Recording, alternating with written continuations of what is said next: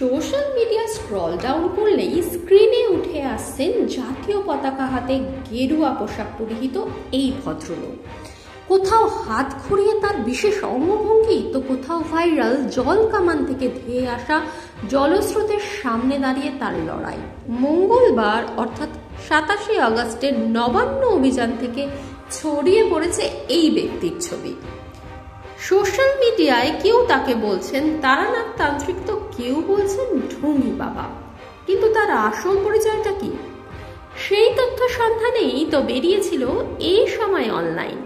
জানা গেল উত্তর কলকাতার শ্যামবাজার অঞ্চলের বাসিন্দা তিনি। সোশ্যাল মিডিয়া তো আপনাকে অনেকেই অনেক নামে ডাকছে, তবে আপনার আসল নামটা কি? আমার আসল নাম বলরাম বসু। আমার আসল নাম প্রবীর বসু। প্রবীর বসু হচ্ছে আমার অফিসিয়াল নেম, যেটা আধার কার্ড এবং এতে আছে। আর জনগণের মধ্যে আমি বলরাম বসু নামেই পরিচিত। 27 তারিখ পশ্চিমবঙ্গ ছাত্র সমাজ ডাক দিয়েছিল নবান্ন অভিযানের। ছাত্রদের ডাকা প্রতিবাদ অভিযান হলেও যোগ দিয়েছিলেন বিভিন্ন বয়সের মানুষই। তার মধ্যে সব থেকে বেশি নজর কাড়েন বলরাম বাবু। এই দিনের বিশেষ প্রতিবাদ মিছিলের গায়ে রাজনীতির আষ্টে গন্ধ লাগলেও বলরাম বাবুর দাবিটা অন্য। কি জন্যে তিনি সেখানে গিয়েছিলেন প্রশ্ন আসতেই এলো তার সপার জবাব। আপনি সেদিনকে যে মিছিল হয়েছিল নবান্ন অভিযান, সেই মিছিলে কি দাবি নিয়ে পা মিলিয়েছিলেন? জাস্টিস ফর আরজিকর, নারীদের সুরক্ষা, আমাদের এখানে সমাজ ব্যবস্থার একটা পরিবর্তন, যেখানে নারীদের সম্পূর্ণ সম্মান দিয়ে রাখা হবে। কারণ আমার যে আমরা সমাজে আছি তার অর্ধেকটাই তো নারী, অর্ধেকটা নর, অর্ধেক নারী। যে কারণে সেই নারীদের যদি সম্মান না থাকে কোনো একটা জায়গায়, সেখানে কোনো দাঁড়াবে না, মানে সমাজ চলতে পারে না। সেই জন্য তাদের সম্মান রক্ষার জন্যই আমার যাওয়া বা আমার আন্দোলন। গেরুয়া বসন পরে মিছিলে যাওয়ার উদ্দেশ্যটা কি ছিল? গেরুয়া বস্ত্র, গেরুয়া পাঞ্জাবি, এটা কি আপনার আগাগোড়াই, নাকি সেদিনকে মিছিলে এই পোশাকের মধ্য দিয়ে কাউকে কোনো বার্তা দিতে চেয়েছে? ব্যাপারটা হচ্ছে আবার যে জীবন 50-এর পরবর্তী যে জীবন, সেটা হচ্ছে বানপ্রস্থ জীবন। অর্থাৎ আমি সন্ন্যাস নেবার আগে বেশ কিছুটা সময়কাল আর সন্ন্যাসের জন্য প্রিপারেশন নিতে হয়, যেটাকে আমরা সনাতনীরা বানপ্রস্থ বলি। এই বানপ্রস্থ কাল আমার চলছে, যে কারণে আমি সর্বক্ষণই এই গেরুয়া বসন পরে থাকি। এবং আমাদের একটা বলা হয় যে গেরুয়া বসন হচ্ছে ত্যাগের প্রতীক। তো যখনই আমার দৃষ্টি এই গেরুয়া এই বসনে যায় আর কি, সঙ্গে সঙ্গে আমার মনে হয় যে আমার সব কিছু ত্যাগ করে দেওয়া উচিত। সেই জায়গা থেকে ক্রমশ আমার নিজের চাহিদা, নিজের সমস্ত কিছুকেই কমিয়ে আনার চেষ্টা। এই জন্য এই গেরুয়া বসন। তাও কত বছর হচ্ছে এই গেরুয়া বসন পড়ছেন? মোটামুটি 6-7 বছর। তার আগে নর্মালি ছিলেন? নর্মালি একদম আপনাদের মতো স্মার্ট জামা পরতাম, কোট পরতাম, জ্যাকেট পরতাম। যেহেতু আমি ফটোগ্রাফার ছিলাম, ফটোগ্রাফার্স জ্যাকেট পরতাম। ইলেকট্রনিক্স ইঞ্জিনিয়ারিং নিয়ে করেছেন পড়াশোনা। স্থায়ী চাকরির পাশাপাশি শখের ফটোগ্রাফিকেও করে নিয়েছেন নিজের পেশা। এমনকি কোভিড পর্বে শিক্ষক হিসেবেও কাজ করেছেন। সবকিছু ছাড়লেও শিক্ষকতা চলছে এখনো। নবান্ন অভিযান থেকে ভাইরাল হওয়া এই বলরাম বাবুর রয়েছে একাধিক ভূমিকা। পরিবার থাকলেও তাদের থেকে এখন আলাদা থাকেন বলরাম বাবু। কারণটা অবশ্য নিজেই জানিয়েছেন। 57 বছরের এই প্রৌঢ় এখন কাটাচ্ছেন বানপ্রস্থ পর্ব। থাকেন কলকাতার 49 বি শ্যামবাজার স্ট্রিটের বাড়িতে। তার জন্ম তিলোত্তমাতে হলেও ছাত্র জীবনের বেশ কিছুটা সময় কেটেছে সিঙ্গুরে। মা মেডিকেল কলেজের প্রফেসর ছিলেন, তাই মেডিকেল কলেজের সঙ্গে তার একটা আত্মিক টান রয়েই গিয়েছে। রাজনীতির ছোঁয়াচ লেখা মিছিলের অংশ হলেও নিজেকে কোনো রাজনৈতিক দলের সমর্থক বলে ঘোষণা করতে নারাজ তিনি। ছাত্র সমাজ, সেই জায়গায় আপনার উপস্থিতি নিয়ে একটা বিভিন্ন প্রশ্ন উঠতে শুরু করেছে। ঠিক কেন আপনি ওই জায়গায় গিয়েছিলেন? প্রথম পয়েন্ট যেটা হচ্ছে যে সেখানে ছাত্র সমাজের যে ডাকটা এসেছিল, সেটা এসেছিল যে প্রত্যেকটা পরিবারের থেকে অন্তত একজন যেন সেই অনুষ্ঠানে যায়। সেই কারণে একজন কন্যার পিতা, একজন স্ত্রীর স্বামী, একজন বোনের দাদা, দিদির ভাই, এই হিসেবে আমার দায়বদ্ধতা মনে হয়েছে যেন আমাকে যেতে হবে, সমাজের কাজের জন্য যেতে হবে। আর দুই, আমি যেহেতু শিক্ষকতা করি, এবার কথা হচ্ছে এই শিক্ষকতার জন্য আমার ছাত্র তো আছে বিভিন্ন জায়গায়, এবং যারা আমার জুনিয়র, আমার ফটোগ্রাফিতে আমাদের জুনিয়র যারা আছে, তারাও যেন অন্তত সত্যের জন্য কথা বলুক। কারণ আপনি জানেন যে ক্যামেরা সত্যি কথা বলে, যদি না ক্যামেরাকে পেছনে মাথা আছে সেটাকে বাজেভাবে ব্যবহার করে। তো তারাও যেন প্রকৃত সত্যের জন্য কাজ করে।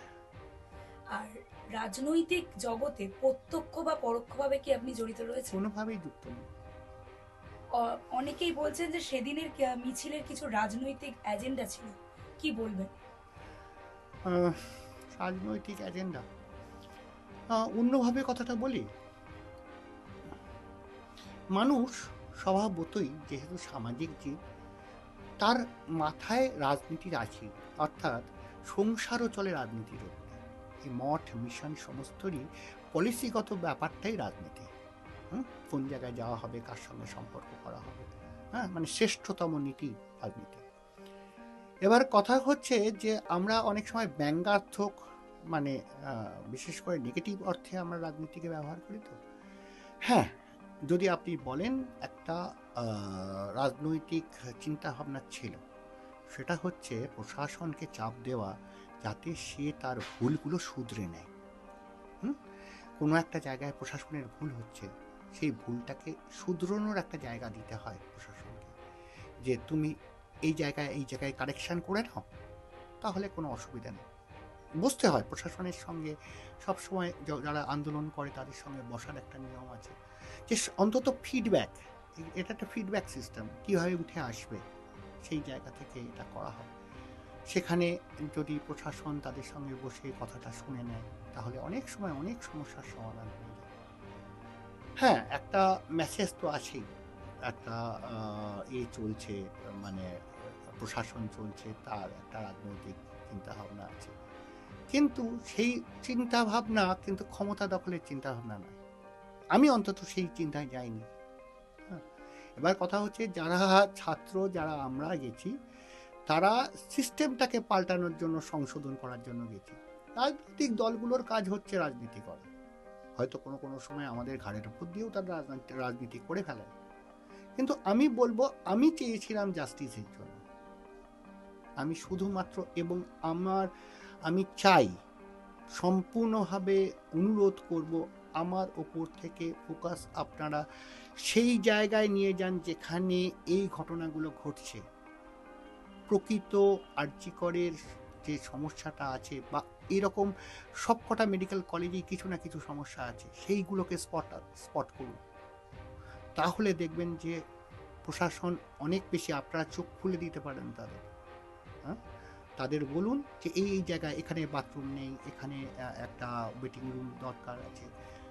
বিষয়গুলো আপনারাই হচ্ছেন কিন্তু রাষ্ট্র এবং জনগণের মধ্যখানের একটা ব্রিজ। আমি যেহেতু ফটোগ্রাফার ছিলাম, আমি জানি এই বিষয়গুলো কিভাবে হয়। জল কামানের সামনে জাতীয় পতাকা হাতে বুক চিতিয়ে তার দাঁড়িয়ে থাকা দৃশ্য যেমন ভাইরাল হয়েছে, তেমনি এর পাশাপাশি পুলিশের উদ্দেশ্যে করা তার কিছু অঙ্গভঙ্গি ও মন্তব্য দারুণভাবে ছড়িয়ে পড়েছে সোশ্যাল মিডিয়ায়। কেন করেছিলেন সেই মন্তব্য? প্রশ্ন ছুটতেই এলো এক বিস্তারিত জবাব। যারা বিভিন্ন জায়গায় গিয়ে, হসপিটালে গিয়ে ভাঙচুর করে আসছে, মিছিলের মধ্যে ঢুকে বোমা ছুঁড়ে দিচ্ছে, ইট পাথর ছুঁড়ে আসছে, আলটিমেটলি মানে আহত হচ্ছেন আমার পুলিশ ভাইরা। কেন হবে? পুলিশ ভাইরা আজকে যদি আহত হয়, তাহলে পুলিশ তো রিয়াকশানে গুলি চালাতে পারতো, বা রবার বুলেট, যেটাকে গুলি মানে রবার বুলেট চালাতে পারতো, বা লাঠিচার্জ, ব্যাপকভাবে লাঠিচার্জ করতে পারতো, প্রচুর মানুষ ইনজিওর্ড হতে পারতো। আমি অনুরোধ করব প্রশাসনের কাছে, লোক ঢোকান, বিভিন্ন সংগঠনের কি ফিডব্যাক আছে। আমাদের কাছে কিছু জল ছিল, জল দিয়ে তাদের চোখ ধুয়ে দিলাম, কিছু জল খাওয়ালাম, তারা তো কাশছে আর করছে। কিন্তু হঠাৎ করে তার মা বলে এলো, যেটা আমার পরবর্তী সময় মনে হয়েছে আর কি, ফ্র্যাঙ্কলি বলছে, একটা অবচেতন মন আছে না, সেখানে ওই ভদ্রমহিলা বলে এলেন, আমরা কিন্তু মানে ছুরি পরে এখানে আসিনি। এটা পরবর্তী সময় এই যে ভাইরাল হচ্ছে যে ছুরি পড়ার যে গল্পটা, সেটা মনে হয় কোনো সময় আমার অবচেতন মনে রয়ে গেছিল, যে আমি কারুর দাস নই। যেটা পরবর্তী সময় যখন প্রচণ্ড জল স্প্রে করা হলো, আহত হলাম, রেগে গেলাম, তখন এই জিনিসটা আমি বলতে আরম্ভ করলাম, দাসত্বের শৃঙ্খল থেকে বেরিয়ে এসো, না হয় আরও চালাও, না হলে গুলি চালাও। আমি কিছু বলছিলাম, আপনারা হয়তো দেখেছেন, হ্যাঁ, তোমাদের কাছে যদি জল কামান না থাকে গুলি চালাও। দাসত্বের আমি হাতে দেখাচ্ছিলাম যে দাসত্বের বিড়ি থেকে খুলে বেরিয়ে এসো। এবার কেউ সেটাকে চুরি বলছেন, অবশ্যই সেটা চুরি হচ্ছে সিম্বলিজম, চুরি পরে ঘরে বসে থাকবে, অনেক সময় আমরা ঠাট্টা করে বলি, তার মানে নিষ্কম্মা হয়ে ঘরে বসতে। হ্যাঁ, বামপন্থীরা একটা সময় বলতো কালো হাত ভেঙে দাও, গুড়িয়ে দাও, তার মানে কি আফ্রিকা বিরোধী, মানে কালা চামড়ার বিরোধী তো বামপন্থীরা? না, এগুলো এক একটা সাংকেতিক ওয়ার্ড, যেটা দিলে বোঝা যায় টোটাল ব্যবস্থাটা কি চলছে। যেমন বলা হয় যে উলুবনে মুক্ত ছড়িও না, মানে অযোগ্য লোকেদের কিছু শিক্ষা দীক্ষা দিও না। অনেক সময় বলা হয় একই খাপে দুটো তলোয়ার ঢুকবে না। এগুলো এক একটা কথা।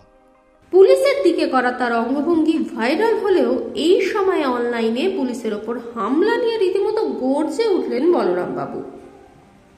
বিষয়টার সঙ্গে ছিল কত লোক মার খেয়েছে, কত মহিলা মার খেয়েছে, বেশ কয়েকজন পুলিশ আহত হয়েছেন।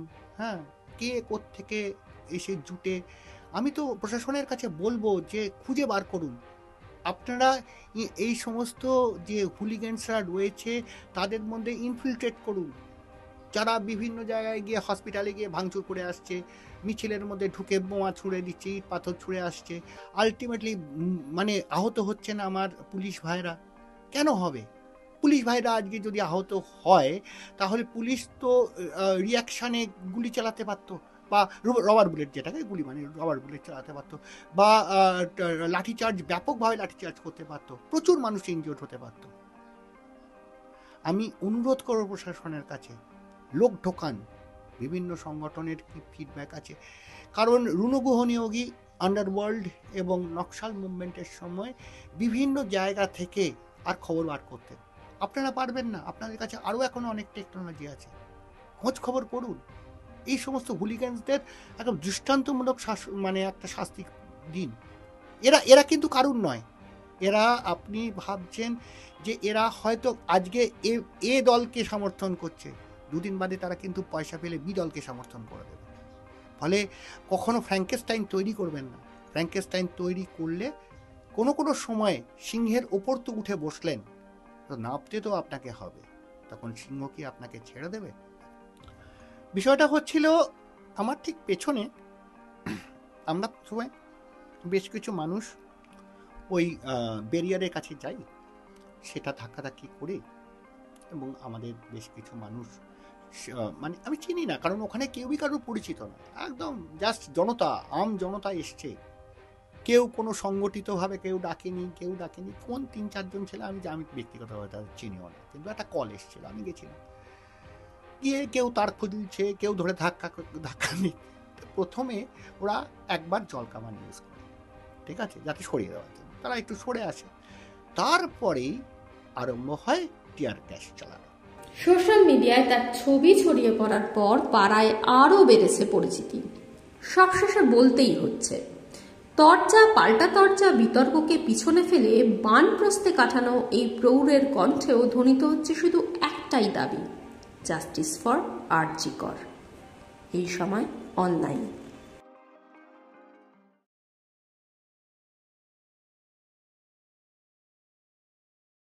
ফলো করুন এইসময়.com। আপডেটেড ভিডিও স্টোরির জন্য সাবস্ক্রাইব করুন আমাদের ইউটিউব চ্যানেল।